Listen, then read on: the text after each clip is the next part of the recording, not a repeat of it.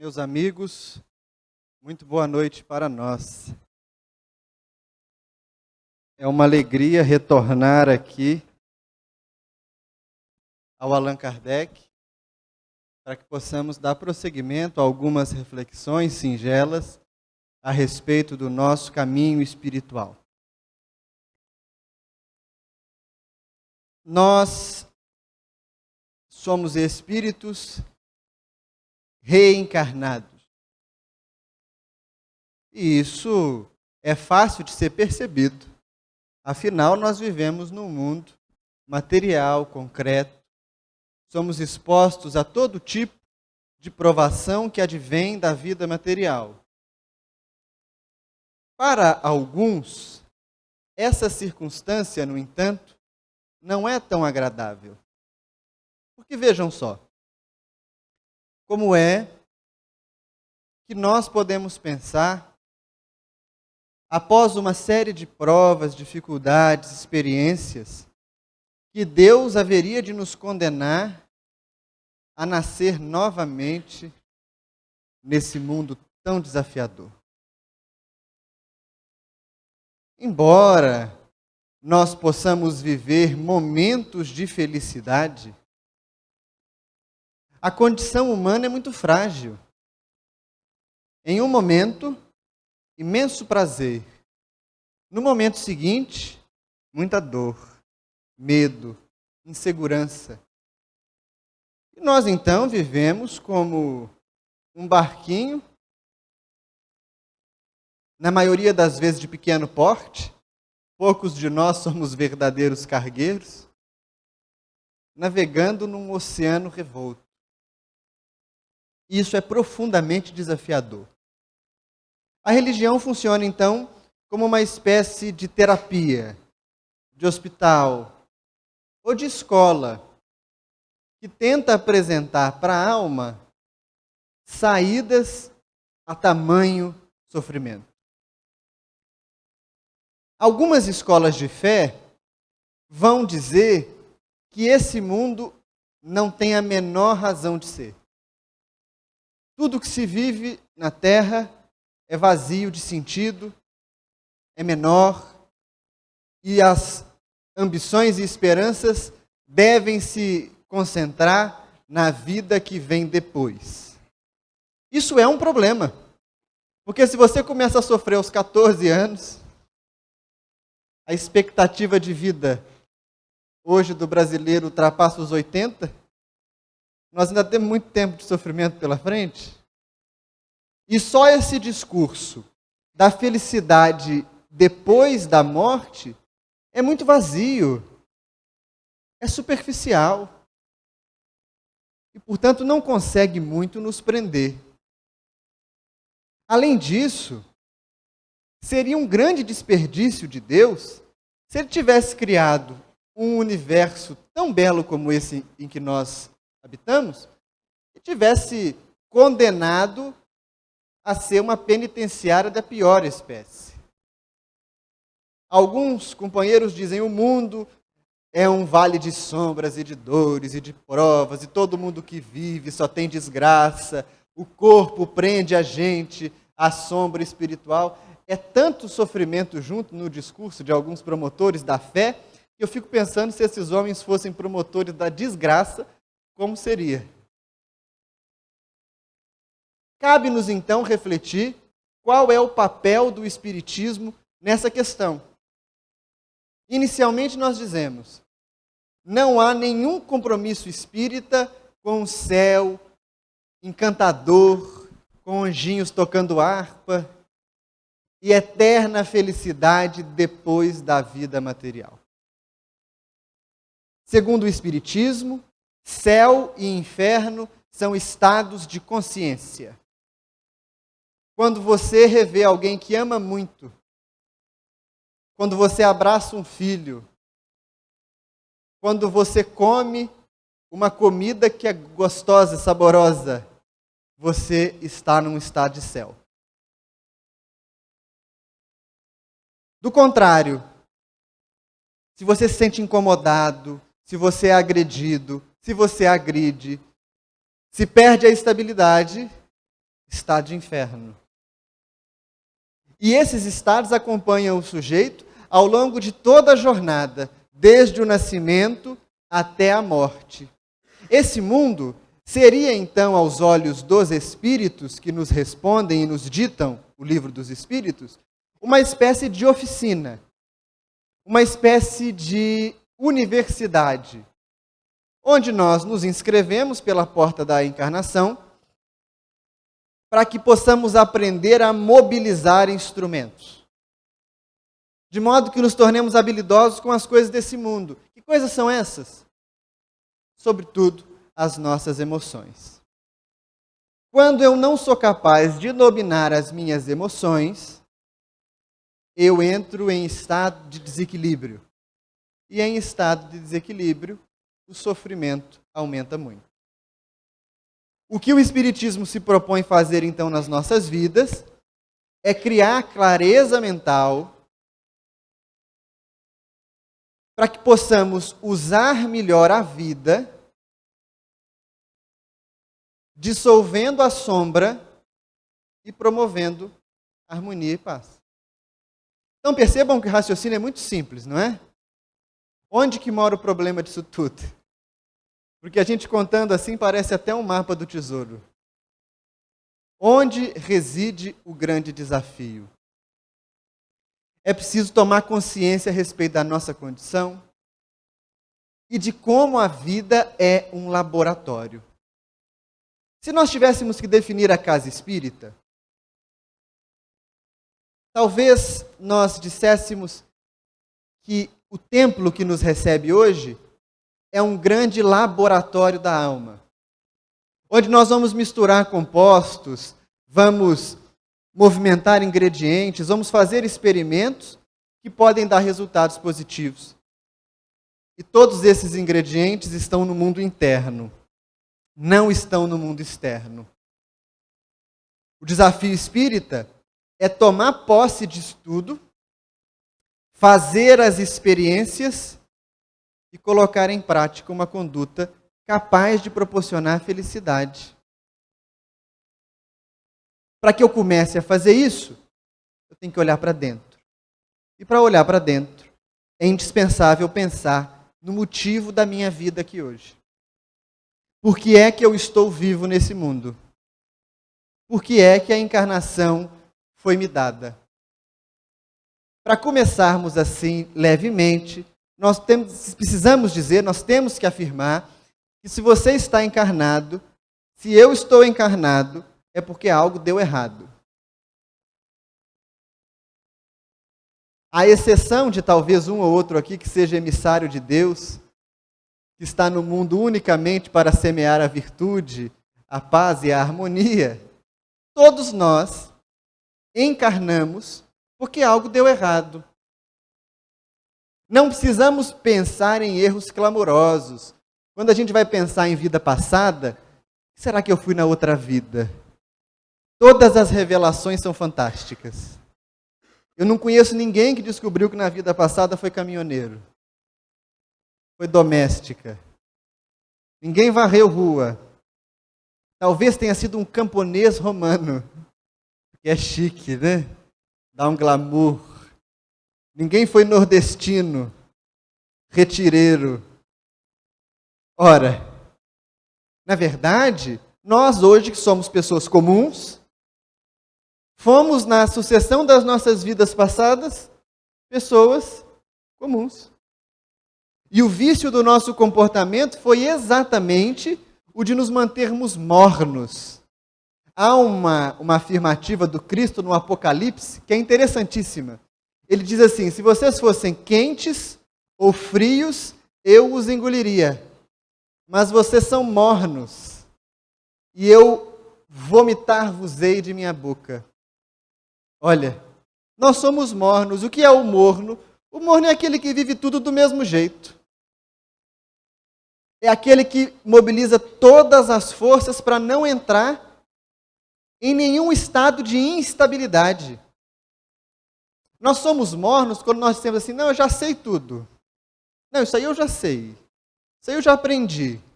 Somos mornos quando evitamos nos posicionar, porque o posicionamento pode causar algum desgaste. Ser morno é uma condição de horizontalidade espiritual. E nós seguimos reiteradas vezes nessa ausência de sabor, nessa ausência de tônus. Há pessoas que acreditam que progredir espiritualmente significa perder o senso de personalidade. Acha que todos os espíritos superiores falam mansamente, são doces, assim, como se fossem uma samambaia, né? Uma pedra, como se perdessem o tônus da vida, o que não é verdade. Somos indivíduos que temos potencialidades. Se nós mergulhamos no caminho espiritual, o que fazemos é pegar essas potencialidades e colocá-las a serviço do bem coletivo. Isso é caminho espiritual. Como não fizemos isso sucessivas vezes, estamos aqui de novo em nova oportunidade de trabalho. É-nos interessante, então, a questão 132 do Livro dos Espíritos. Eu peço licença a vocês para ler apenas esse trecho. Kardec pergunta: qual o objetivo da encarnação dos espíritos? Resposta: Deus lhes impõe a encarnação a fim de fazê-los chegar à perfeição. Para uns é expiação, para outros missão. Mas para alcançarem essa perfeição, têm de sofrer todas as vicissitudes da existência corporal. Nisso é que está a expiação. Visa ainda outro fim a encarnação: o de pôr o espírito em condição de suportar a parte que lhe toca na obra da criação.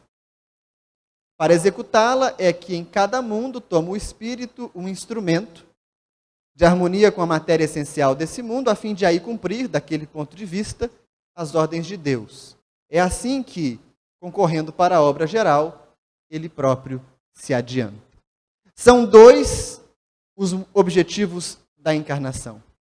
Vivemos para sofrer as vicissitudes materiais.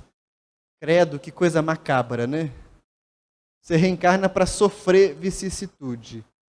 Do ponto de vista amplo, sabe aquela feijoada que você comeu domingo? Isso é uma vicissitude, ótima de ser sofrida. Vicissitude aqui não tem a ver com comportamento negativo, tem a ver com as experiências que são inerentes à matéria. Nós reencarnamos para sentir prazer, reencarnamos para sofrer momentos de dor, reencarnamos para fazer escolhas, reencarnamos para ver o tempo passar e o corpo sofrer mudança. Nós reencarnamos para escovar os dentes, para pentear cabelo.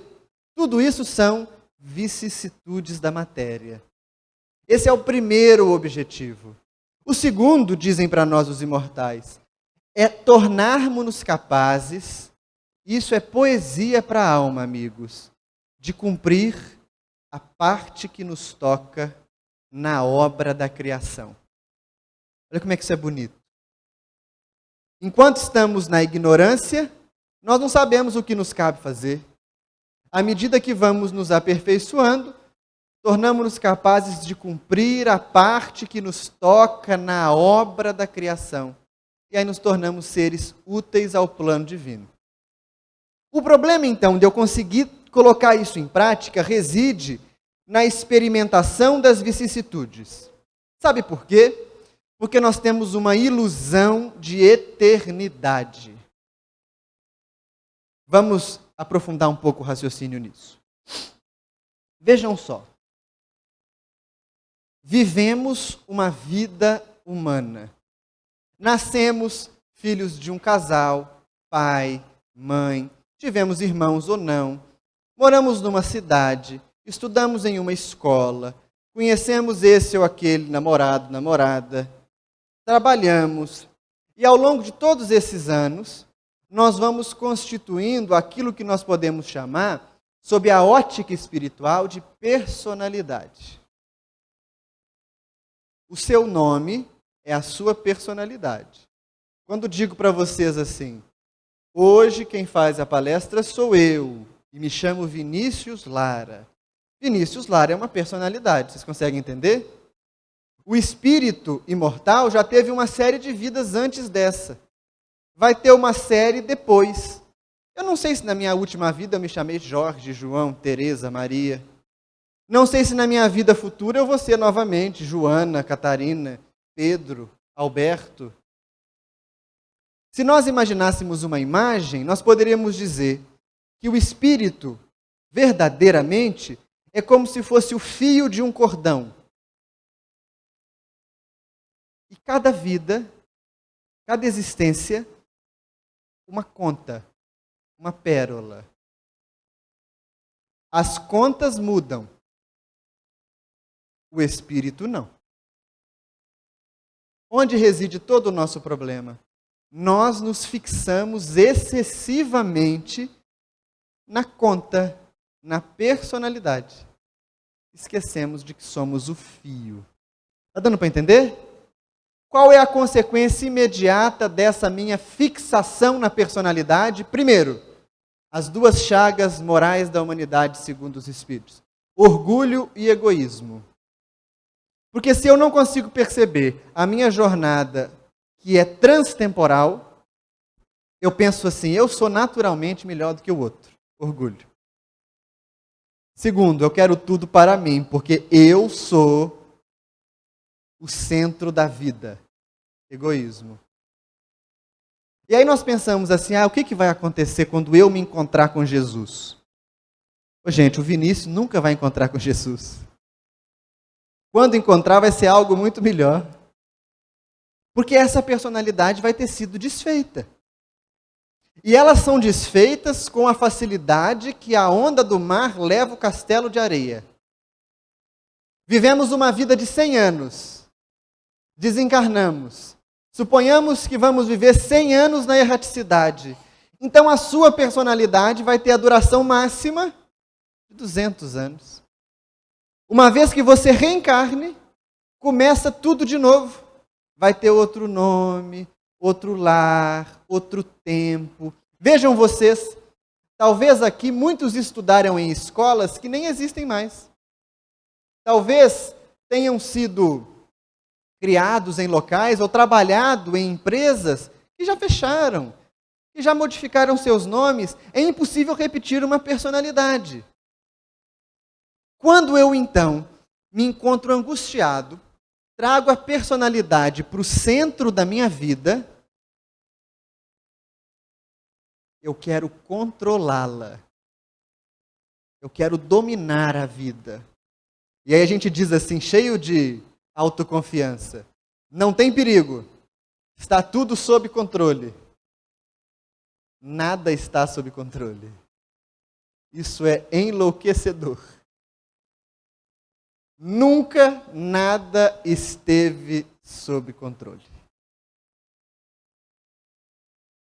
É horrível, né? Quando eu percebo que não tenho controle, o sentimento que surge naturalmente, medo. Nós, na maioria das vezes, não progredimos porque temos medo. E temos medo de sofrer o fim da personalidade. Olha que coisa maluca. Você se acha bonito. Tem medo de enfeiar. E acha que se envelhecer vai ficar feio. Então faz de tudo para não envelhecer. Depois descobre de súbito que tem 60, 70, 80, 90 anos, o que para você é o fim do mundo. Isso te causa medo. Porque eu tenho medo de não ter saúde, eu tenho medo de não ter bem-estar, eu tenho medo de as pessoas não me acharem bonito. Então eu crio um contorno, um gradil que me envolve e me prende. Eu tenho medo de as pessoas não me tratarem bem. Eu tenho medo de adoecer. Tenho medo de perder as pessoas que vivem comigo. No entanto, meus amigos, percebam, todos esses medos são centrados na personalidade, que ela mesma vai deixar de existir. O Vinícius mesmo deve deixar de existir para o bem dele e da humanidade. Nós pensamos em figuras magistrais, como podemos citar aqui Francisco Cândido Xavier, como podemos citar aqui Gandhi, podemos citar aqui Martin Luther King, ou outros benfeitores da humanidade. Todos deixaram de existir enquanto personalidade. Numa próxima tarefa que Chico receber do alto, qual é a chance dele nascer em Pedro Leopoldo, numa família simples, se chamar Francisco Cândido Xavier e viver aquilo tudo, gente? É zero. Então percebam, o que nós precisamos fazer é reorientar o eixo de visão da realidade. Para que eu seja capaz de enfrentar as vicissitudes da vida de modo coerente. E como é que eu faço isso?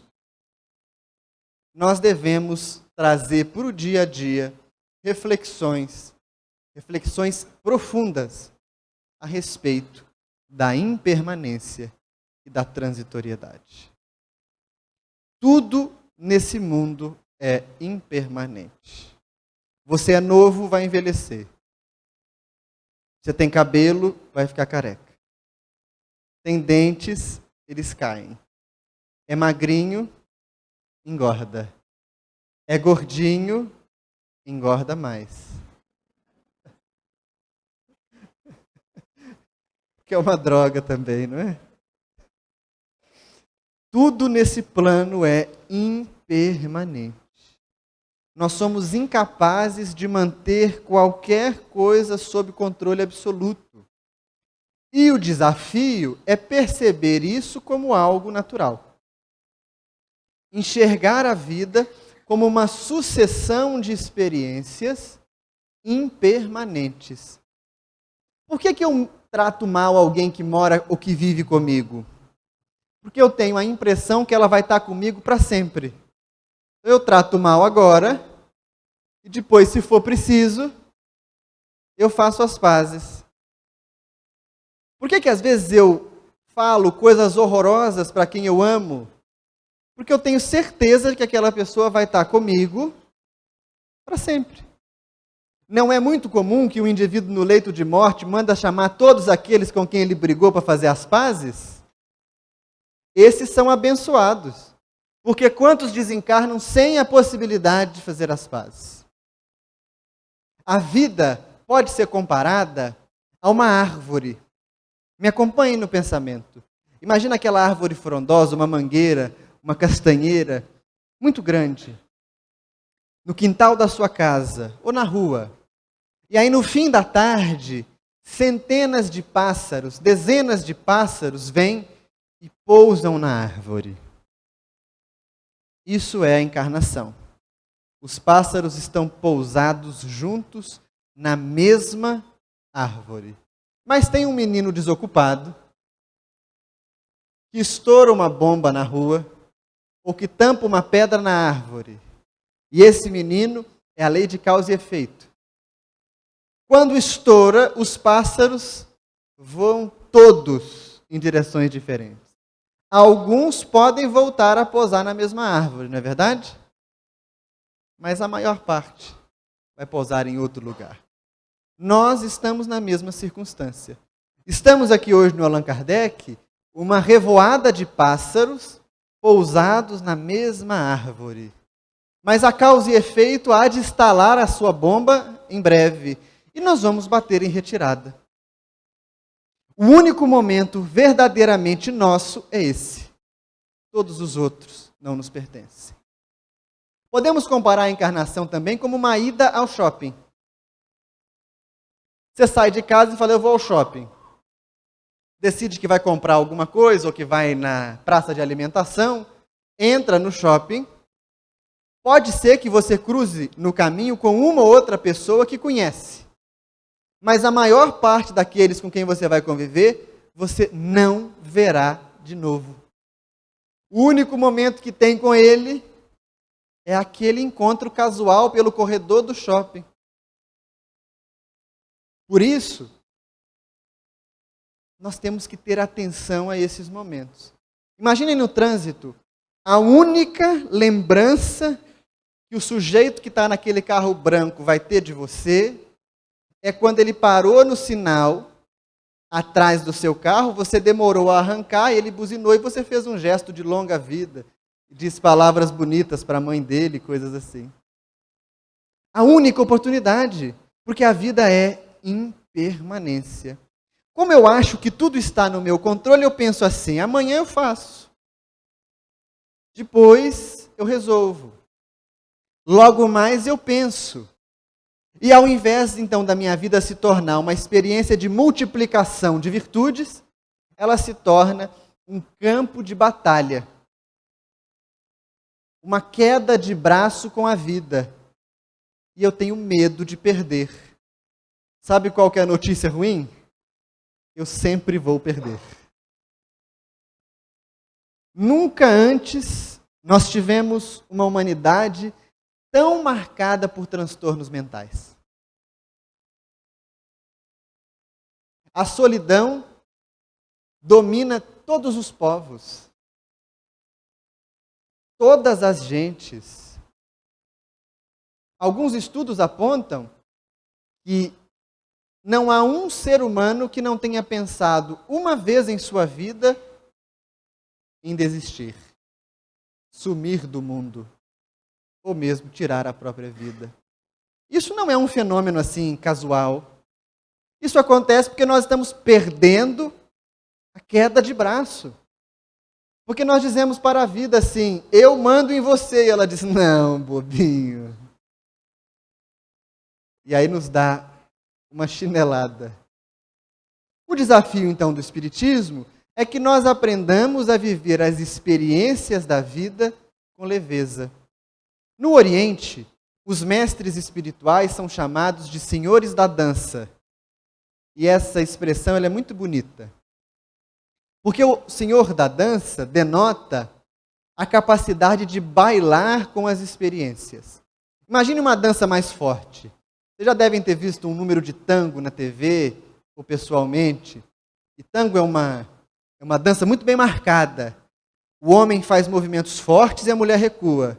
Em seguida, a mulher faz movimentos fortes e o homem recua. E na harmonia dos dois, a dança fica bonita. Nós somos convidados a ser, em última análise, senhores da dança. A dançarmos com as experiências materiais. Há momento em que precisaremos fazer incursões mais ofensivas, mais intensas, mais duras.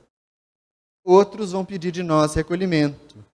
E se nós formos capazes de dançar, nós teremos momentos alegres, momentos tristes, viveremos provas, mas tudo isso dentro do plano de Deus. Jesus testemunhou isso para nós.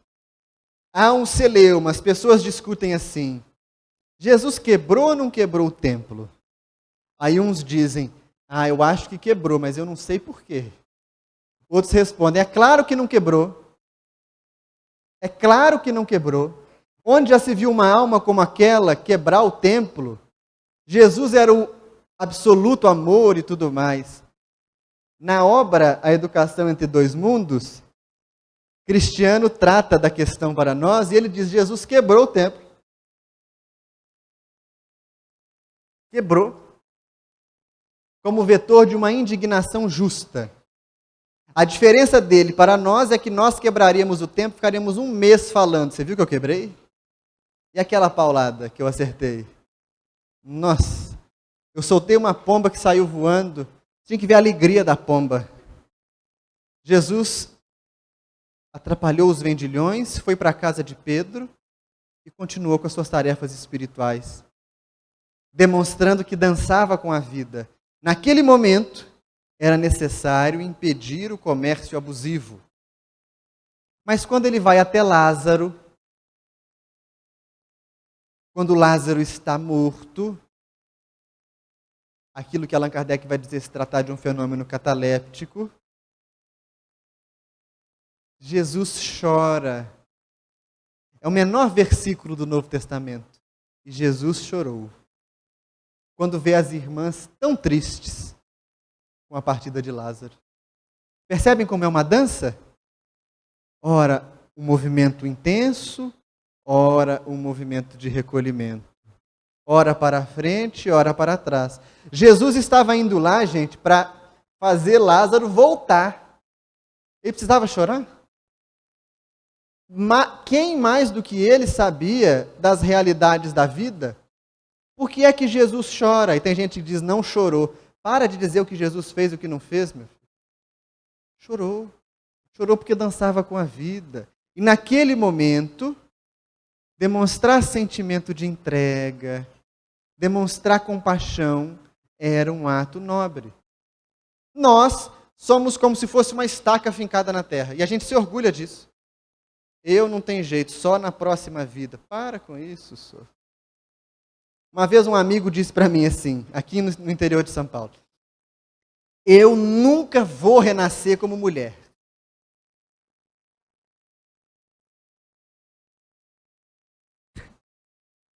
Como não? Eu tenho certeza. Minha mente é masculina. Eu não nasço mulher nunca. Eu disse para ele, cuidado. Você vai nascer e vai ter problema. Nós precisamos dançar com a vida. E esse é o hábito da impermanência. Criamos uma ojeriza à dor. Alguém sofre do nosso lado, perde um ente querido, a gente acha que vai consolar e diz assim, não chora não. Como não chora? Chora. Chora tudo o que você tem para chorar. Nós achamos que está triste, é doença. Não é doença, é natural. Há dias que você acorda e não vai bem. Há dias que você acorda e se sente cansado. Isso tudo faz parte da impermanência da vida. Ou vocês acham que Chico Xavier acordava todo dia de manhã e falava assim, nossa, eu estou com uma vontade de amar ao próximo. Que sonho! Claro que não. Sabia que devia dançar com as experiências. Havia momentos em que estava triste, mas o consolo do outro era mais importante. Havia circunstâncias em que faziam que seu coração ficasse choroso, magoado.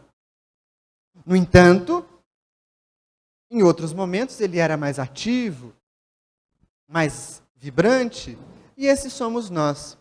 O que é preciso ter claro em mente, amigos, é que nós somos seres humanos. Somente um indivíduo humano é capaz de se iluminar. Se você não erra, se você sabe tudo do Espiritismo, se você não tem angústias ou não tem dores, eu sinto lhe dizer que você está perdendo seu tempo vindo aqui no Allan Kardec. Vá jogar futebol. Vá ver novela. Deve ter um filme novo no cinema. Vá fazer algo que fazem espíritos iluminados. Nós estamos aqui, inclusive aqueles que sobem à tribuna para fazer estudos, porque somos seres humanos.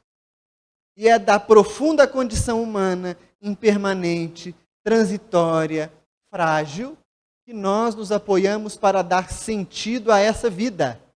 Do contrário, nós começamos a dizer que a vida não presta. Nós começamos a ter medo de viver as experiências humanas. A gente sai de noite para jantar com a família e fala assim, meu Deus, se o coordenador da Casa Espírita passar aqui agora. Fica desconfortável. Começamos a agir como fiscais da conduta alheia. Alguém separa, se divorcia e diz assim, você viu fulano, separou. Troca de carro, a gente fala, não trabalha, como é que trocou de carro? Deve ter alguma coisa. Você viu que ele chamou a fulana para fazer a prece? Fulana não faz nada na casa, deve ter algum... E a gente não diz, né? A gente é cretino. Não diz, a gente insinua. Ora, nós temos que parar com isso. Senão, nós vamos usar o Espiritismo como se fosse um verniz. Como se fosse uma bengala. Você pode fazer isso? Pode fazer o que você quiser. Mas ele não vai ser capaz de te dar tranquilidade e paz. Você tem que olhar para dentro de você e saber, eu estou há 20 anos na casa espírita, me tornei uma pessoa melhor? Não. Então vai procurar outro lugar. Não há tempo a perder.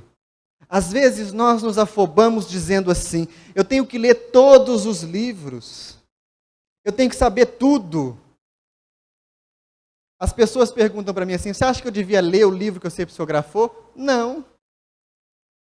Leia se quiser. Você acha que eu tenho que fazer todos os cursos que a Casa Espírita apresenta? Não. Faça se quiser. Na ânsia de imobilizar a sabedoria espiritual, eu começo a delirar. E aí me torno um santo do pau oco. Sabem o que significa o santo do pau oco? Em Minas, quando queriam fazer contrabando de ouro, eles faziam as procissões com os santos, que eram entalhados em madeira maciça, mas o santo do pau oco era oco por dentro. Estava todo mundo lá na procissão, rezando, Jesus e tudo mais, e o santo cheio de contrabando.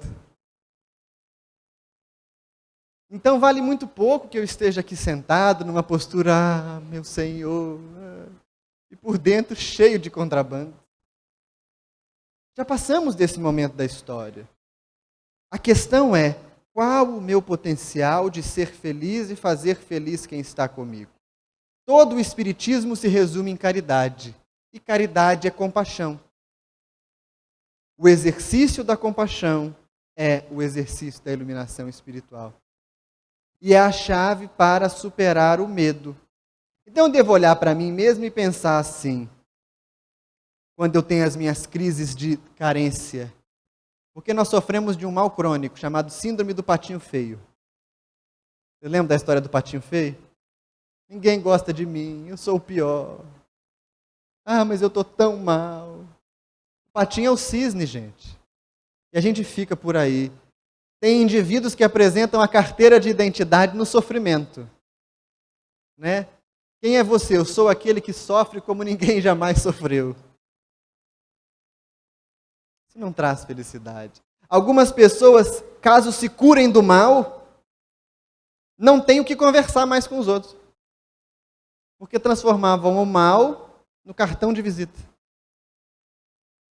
Não é por aí. Não é esse o caminho. É o contrário.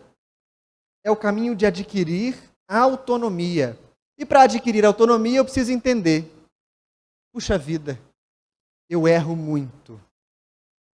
Puxa vida, eu tenho aquele impulso que não me desce, eu não consigo vencê-lo. Há alguns lugares que as pessoas dizem assim, as mulheres não podem ir na casa espírita com uma blusa de manga que mostre os braços. Porque elas incitam pensamentos. O pensamento está na cabeça de quem pensa. Índio vive pelado e nem por isso tem problema. Ora, não é esse o caminho. O caminho é um caminho de autonomia, de olhar para mim e falar assim, eu tenho impulsos eróticos aumentados. Eu não suporto beber um copo de bebida alcoólica, eu bebo 1 litro. Eu não consigo falar coisas boas. Eu sou inconveniente, minha língua emana veneno. Eu sou um cretino. É um exercício de auto-amor reconhecer-se. Sabe por quê? Porque aí você para de mentir para você e para o mundo. Eu devo saber quais são os meus limites. E perceber que esses limites são, eles também, impermanentes. Quando você nega um mal que traz em si, esse mal nunca te abandona. No momento que você aceita e começa a perceber o bailado da vida, buscando luz, quando menos se dá conta, o mal não existe mais em você. Você já superou. Isso é caminho espiritual. Essa é a virtude do Espiritismo para nós. Não é construirmos uma redoma de vidro entre nós e dizer assim, eu domino o perispírito. Sei tudo de colônia espiritual.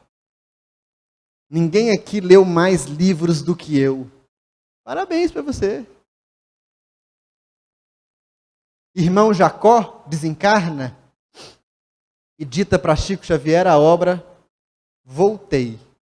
É uma obra belíssima, porque ele chega na erraticidade, foi presidente da Federação Espírita Brasileira. E ele chega no mundo espiritual crente que estaria abafando. Foi abafado. Não tinha luz, todo mundo tinha menos ele. Todo mundo tinha menos ele. E ele pensava assim, eu quero que alguém venha me dizer por que eu não tenho luz. Porque se vierem me chamar a atenção, eu vou dar umas belas de umas respostas. Ninguém pergunta nada. E ele começa a ficar desequilibrado, porque ele precisa resolver o problema dele.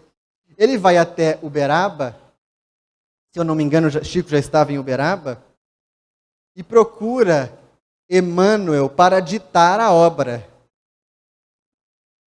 E Emmanuel diz assim, não, você não está pronto. Olha, gente, que absurdo, ele era presidente da FEB. Quantos livros esse homem leu? Ele fala lá quantos passes deu, quantos espíritos ele doutrinou, contava tudo, tinha uma contabilidade precisa. E Emmanuel disse, não, você não está pronto, se prepare mais para escrever. Ele vira as costas e sai resmungando, mas esse Emmanuel é uma coisa horrorosa. Onde já se viu, um tal de André Luiz, nem espírita era, mal desencarnou e já estava escrevendo. Aí Emmanuel diz, volta aqui. Explica para ele que não é assim que as coisas acontecem. Porque importa muito pouco aquilo que você demonstra fora, mas não te habita dentro. Portanto, amigos, todo momento é momento de comunhão. Todo momento é momento de partilha. Isso é ensinamento espiritual. Você não precisa falar para estar testemunhando o Evangelho. Você não precisa rezar numa cartilha específica para testemunhar o Evangelho. Não precisa ser espírita, católico, budista, protestante. Você unicamente deve zelar pela compaixão. E entender que tudo vai passar. Essa é a chave para a primeira parte da função da encarnação, que é superar as vicissitudes humanas. A segunda é poesia. E poesia é algo muito, muito belo. Toda vez que o ensino espiritual é muito elevado e precisa ser colocado em palavras, ele assume a forma de poesia. Ele tem uma linguagem poética, porque ela parece ser uma linguagem de síntese. Então vejam que belo. O homem aprende a cumprir a parte que lhe cabe na obra da criação. Em outros momentos no Evangelho, nós temos as mesmas circunstâncias. Adolfo, bispo de Argéus, diz: pudesseis ter por doce ocupação tornar felizes os outros. Isso é poesia. Quando Lázaro dita a mensagem, a lei de amor, e ele vai falando do desenvolvimento do sentimento do amor no homem, é poesia. Tão bela quanto a poesia dos místicos católicos, quanto a poesia de Francisco de Assis, como a poesia de São João da Cruz, ou como poesias orientais que são belíssimas, o Bhagavad Gita, como referência. E aí, nós estamos diante da grande função da encarnação. A gente pensa assim, eu nasci para pagar. Devo ter tampado pedra na cruz. E acertei, não é? Porque o sofrimento é horroroso. Eu, na outra vida, devo ter feito mal para todos os meus parentes, porque na minha família ninguém presta. Esse não é o objetivo da encarnação. Isso é acessório. O objetivo é fazer o indivíduo tornar-se capaz de cumprir a parte que lhe cabe na obra da criação. Vocês já pensaram que cada ser criado por Deus tem uma função que é única? E eu não estou falando dessas missões que espíritos aí dizem revelar em reunião mediúnica, e quem lê a sorte fala, você vai ser uma pessoa importante. Não é isso não. Nós temos um papel cósmico na obra da criação. O ser humano cumpre a obrigação de ser zelador da vida no planeta. Nós devemos ser cartas vivas do Evangelho, lembranças ambulantes da presença de Deus. Pensa bem, quando você entra de manhã no ônibus para ir para o trabalho, Ou quando você está no trânsito e alguém te olha de esgueio pelo retrovisor, você lembra para aquela pessoa Deus? Essa é a nossa função. João, o evangelista, em sua epístola, em uma de suas epístolas, nos dá uma orientação importante. Aquele que diz que ama a Deus e não ama ao próximo é mentiroso. Porque se não ama ao próximo que vê, como vai amar a Deus que não enxerga? É fácil demais amar a Deus, não é, gente?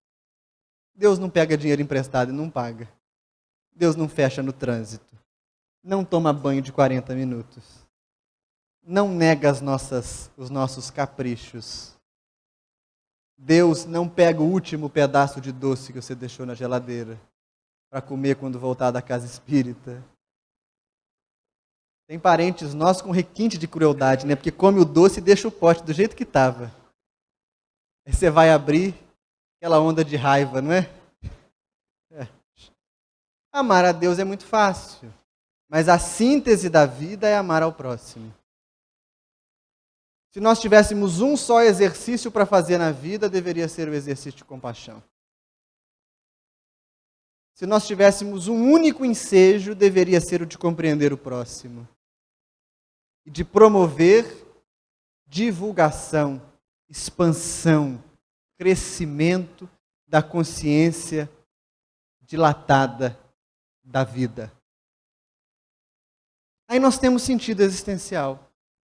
Tudo que for feito só pelo Vinícius vai ficar para trás. Algumas correntes espiritualistas dizem que o medo é uma força involutiva. O medo é uma força que faz com que a gente deixe de progredir, ele puxa o sujeito para trás. Isso é uma verdade. E o medo, na maioria das vezes, é o medo da mudança. Preferimos errar um erro velho do que acertar um acerto novo. Você sabe que está fazendo algo errado. Você sabe que sofrerá, mas teme agir diferente. Isso é um problema enorme. Isso é uma dor terrível. De modo que o Espiritismo vai funcionar para nós como laboratório da mente. A nossa postura diante do ensinamento espiritual deve ser uma de profunda reverência e análise, não aceitação cega. Pode ser que eu assista palestras na casa espírita que não me dizem respeito, porque naquele campo da experiência humana eu me encontro realizado, não tenho transtornos, mas haverão outras que falam especificamente para as minhas angústias. E aí a postura mais digna é tomar o remédio da mão do médico e fazer uso. Se eu chego em casa e falo para minha esposa assim, você tinha que ter ido hoje. Ele falou para você. Não é isso. Às vezes o casal está junto, a gente fala alguma coisa, eu vejo a moça fazendo assim no moço. Ou então o moço fazendo na moça. Não é isso. O ensinamento é para nós. E nós devemos tanto transmitir quanto receber na perspectiva da comunhão, na perspectiva da entrega e da experiência. O Espiritismo não pode se tornar para nós só uma pseudociência. Só um espaço onde a gente vai falar palavras bonitas, vai citar referências complicadas, vai ler muitos livros e vai continuar sendo um indivíduo árido. Já não é tempo de nós perseverarmos nos erros antigos.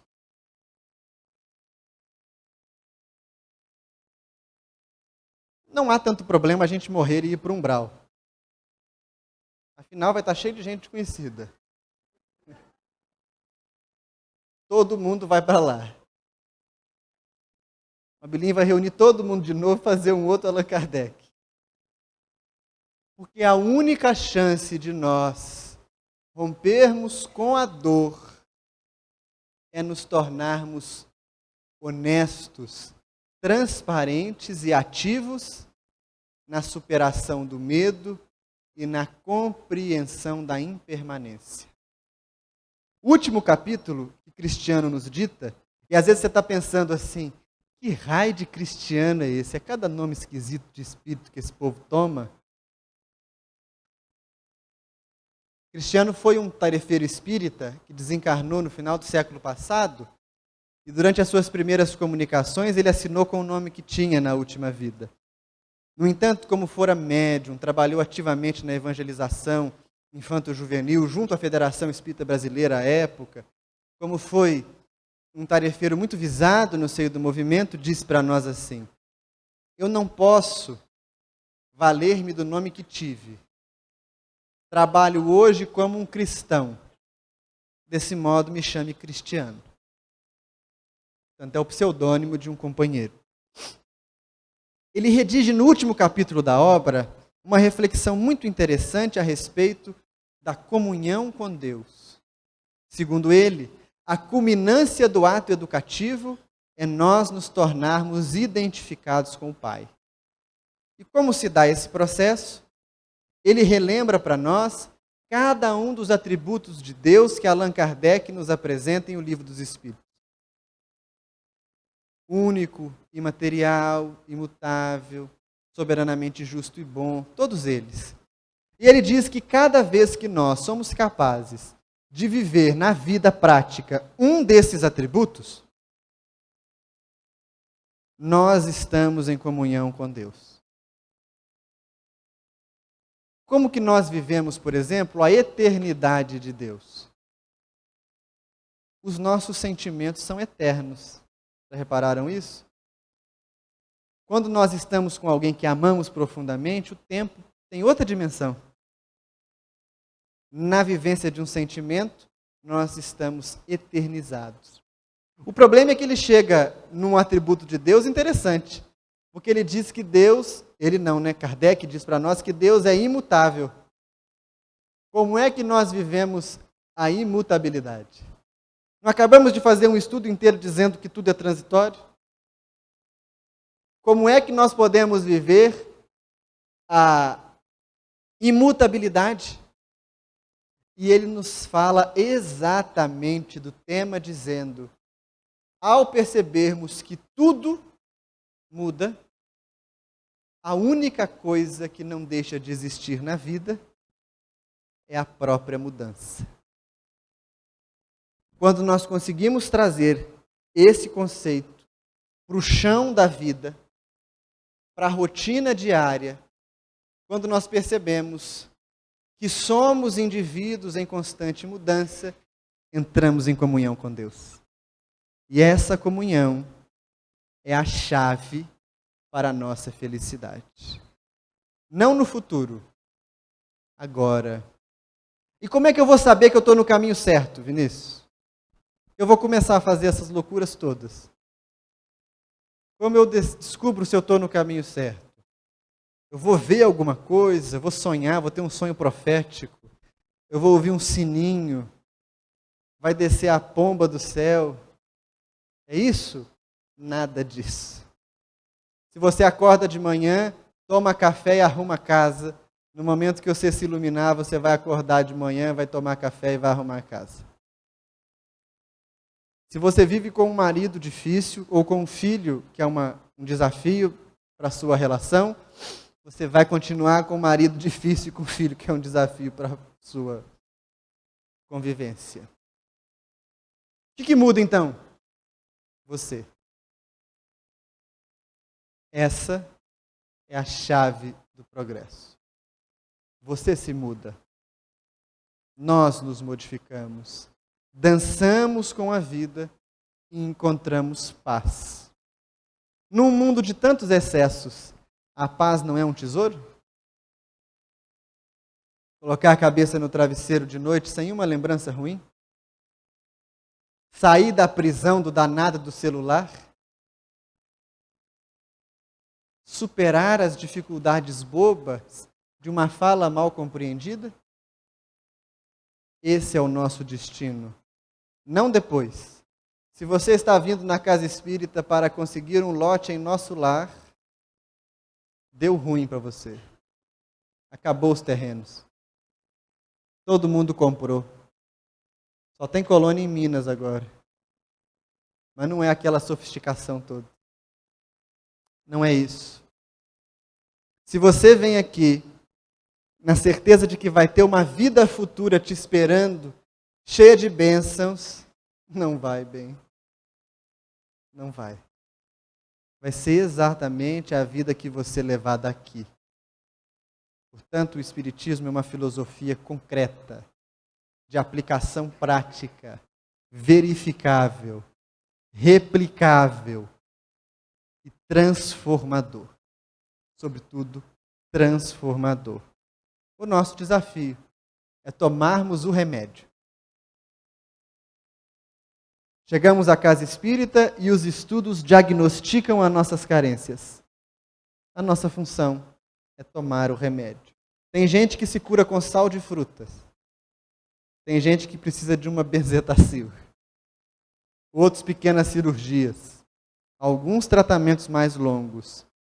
Mas a medicina da alma nunca falha. Nós precisamos experimentar. E a chave para isso pode ser muito simples. Não acreditem em nada que eu disse hoje. Partam do princípio de que eu fui um grande mentiroso.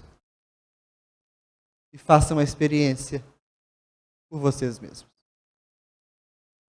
Aí, a vida começa a dançar. Se eu volto daqui a um ano e você me diz assim, Vinícius, minha vida está de cabeça para baixo, depois que eu comecei a olhar para dentro e a tentar vencer o medo. Eu não tenho certeza de nada. Que bom. É aí que começa o caminho espiritual. Enquanto a gente está cheio de certezas, a gente continua na horizontalidade da vida. Deus incomoda. Jesus incomoda. Que homem era esse que mandava as pessoas abrirem mão de tudo para segui-lo? Que audácia desse homem que aparece para Paulo no caminho de Damasco, enquanto ele vai buscar Ananias, e o cega. Olha, que homem intrometido. É impossível nós conhecermos o Evangelho e mantermos as mesmas certezas. Ele vem para abalar as nossas estruturas. E é a partir desse abalo que nós podemos crescer. Porque a personalidade se vai. E o que resta é unicamente comunhão. Tranquilo? Que bom.